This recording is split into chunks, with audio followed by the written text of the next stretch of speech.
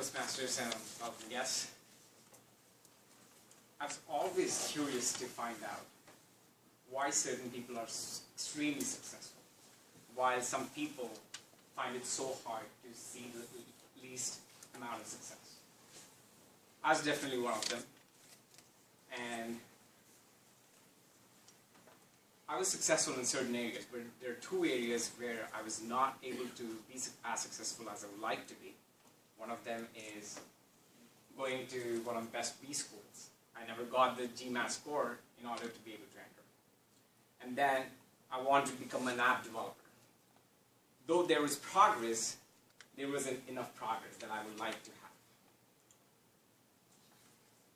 So I have started reading books on self-development, read thousands of books on time management, went to seminars, spent a lot of money. However, all those things helped me gain clarity, but they didn't tell me how do I implement what I learned.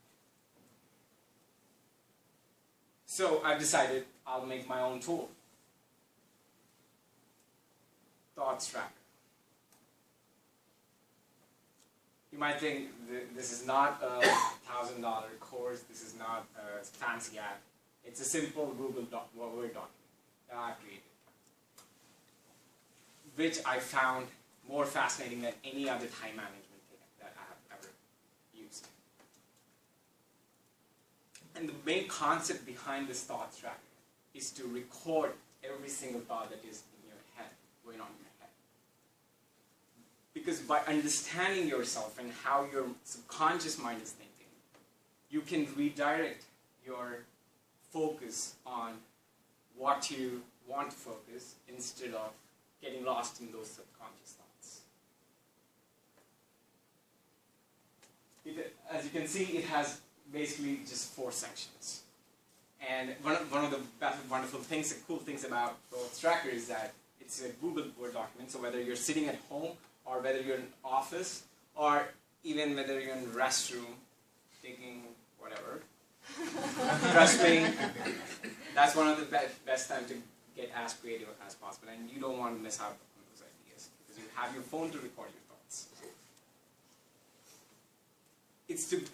The main purpose concept behind the Thoughts Tracker is to be able to notice your thoughts, so you know what's important and what to discard.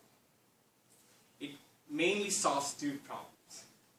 One, it helps you identify your fears. Number 2, it's the greatest in time management I have ever noticed. As an example, let's take my example of wanting to become an app developer. I blocked my time on a Saturday afternoon, 1 to 4, I'm going to work on this. But then, I found myself, after 4 o'clock, I found myself accomplishing nothing. I was like, what happened to these 4 hours that I just blocked? And because I'm obligated to record my thoughts, I'm asking these questions, what did I do during this time? And I found out that all my time is being taken away by the Facebook app. So I was like, Mark Zuckerberg, that's you. You're the reason I'm getting distracted.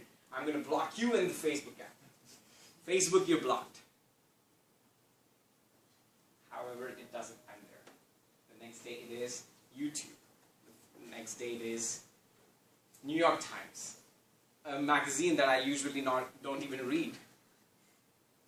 So what I've noticed is I'm trying to distract myself, and I was only able to notice this because I'm basically obligated to record my thoughts every single minute. And since I have it handy anywhere on my computer all the time, I'm like, okay, this is the thought.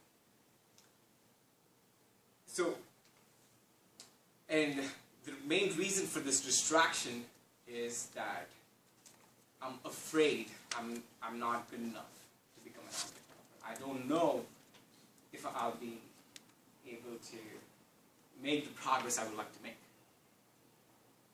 But by understanding my fears, I was able to rationalize those fears. I reminisced all the moments I was successful at building some engineering stuff, and I felt I could do this again.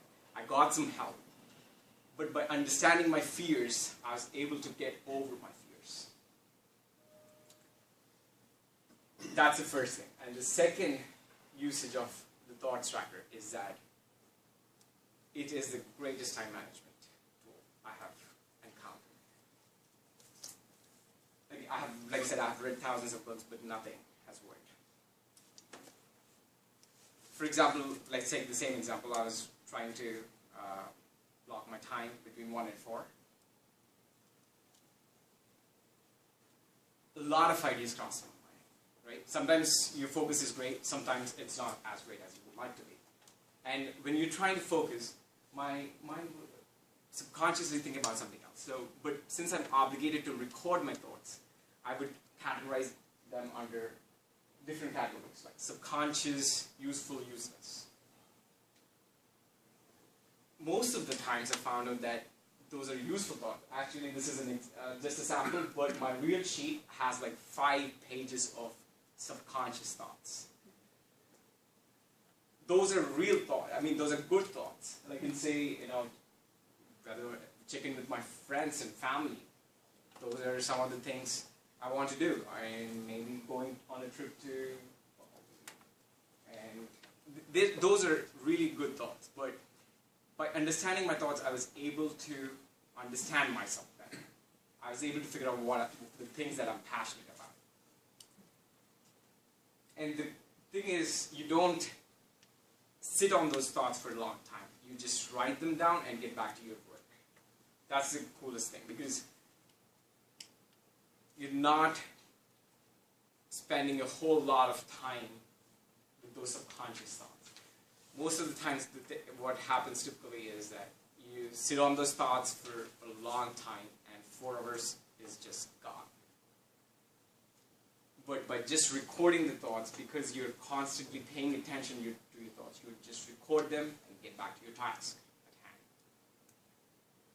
However, there are a few times the thoughts could be really stupid, because I would be thinking about a stupid argument I had with my boss a week ago.